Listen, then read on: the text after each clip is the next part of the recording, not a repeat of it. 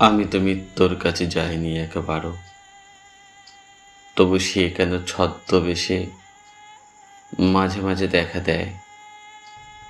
এ কেমন অভদ্রতা তার! যেমন নদীর পাশে দেখি এক চাঁদ খসা নারী, তার চুল মেলে আছে, অমনি বাতাসে ওরে নশ্বরতা। ভয় হয়, বুক কাঁপে, সব কিছু ছেড়ে যেতে হবে।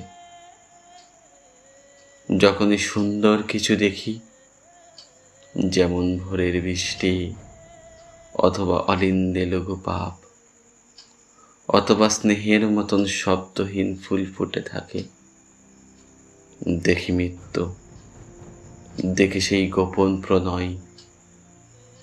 ভয় হয়, বুক কাঁপে, সব কিছু দিয়ে যেতে হবে।